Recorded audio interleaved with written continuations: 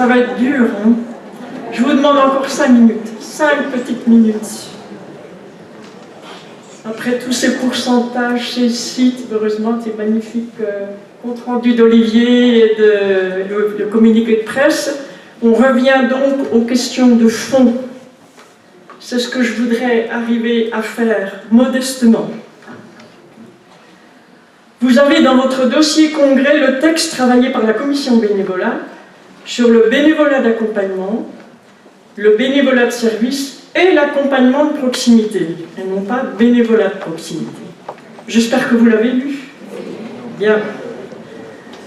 Suite au débat engagé lors du congrès de Belfort, nous avons eu très vite compris que les questions restaient posées sans avoir apporté aucun éclairage, aucun élément susceptible de faciliter votre réflexion sur le bénévolat à Jean-le-Mal. Les membres du CA de la Fédération ont donc décidé de lancer une consultation auprès de toutes les associations sur ce sujet. 25 associations sur 80 ont répondu. Olivier de Margerie a analysé avec beaucoup de talent, comme toujours, ces 25 réponses. L'homogénéité des commentaires de chacun nous donne une piste pour l'avenir. Soyons clairs, nous n'allons pas vous donner des recettes ou une ligne directrice ou quoi que ce soit d'autre. Cependant, il est nécessaire, voire indispensable, que nous réfléchissions ensemble sur l'orientation que nous voulons donner à notre accompagnement. Après analyse de vos réponses, il nous semble que les gestes faits très exceptionnellement pour certains, ne signifie pas une volonté de faire plus d'actes pour la grande majorité des bénévoles. Si un geste est accompli dans une situation d'accompagnement, comme cela peut arriver, il est absolument nécessaire de s'interroger sur son sens. Pourquoi avoir besoin d'un geste pour entrer en relation ?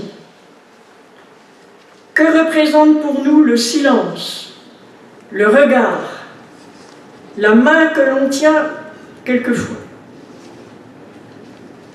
Avons-nous oublié l'intensité brûlante du silence, quelle qu'en soit la raison? Avons-nous oublié ces regards où l'on peut voir ou deviner tant de choses? La fatigue, la douleur, la colère, mais aussi la tendresse et beaucoup d'autres choses. Dans le climat politique que nous vivons aujourd'hui, nous avons tous compris que le travail fait par les bénévoles ne coûte rien.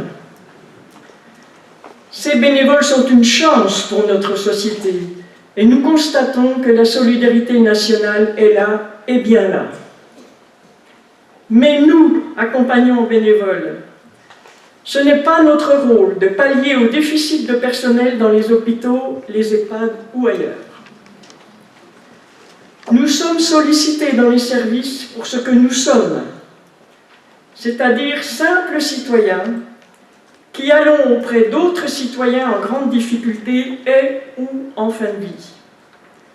Des membres de la société qui se mobilisent pour leurs semblables, les plus vulnérables, souvent abandonnés, voire rejetés parce que n'étant, soi-disant, plus dignes.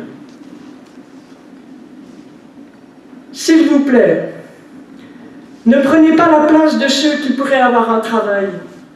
Je pense à ces jeunes qui font leurs études dans les carrières sanitaires et sociales et qui espèrent devenir animateurs en EHPAD.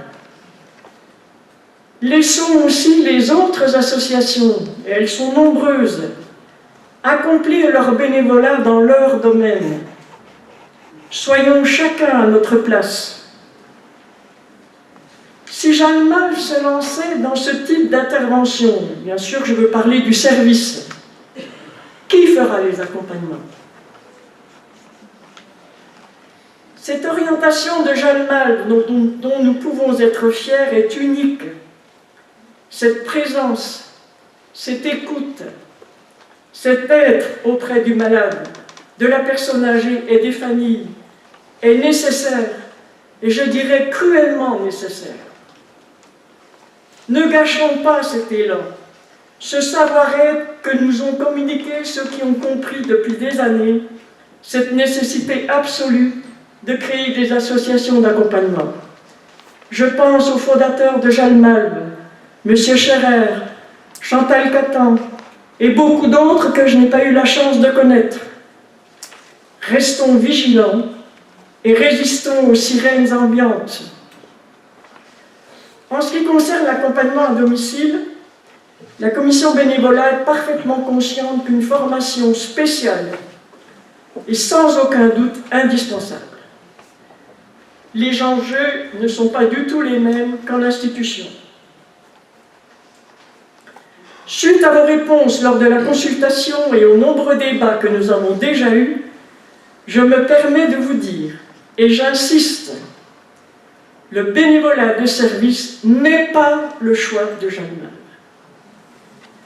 Continuons notre bénévolat d'accompagnement dans la sérénité, en prenant notre temps, loin de l'immédiateté. À nous de réfléchir et d'être dans nos accompagnements.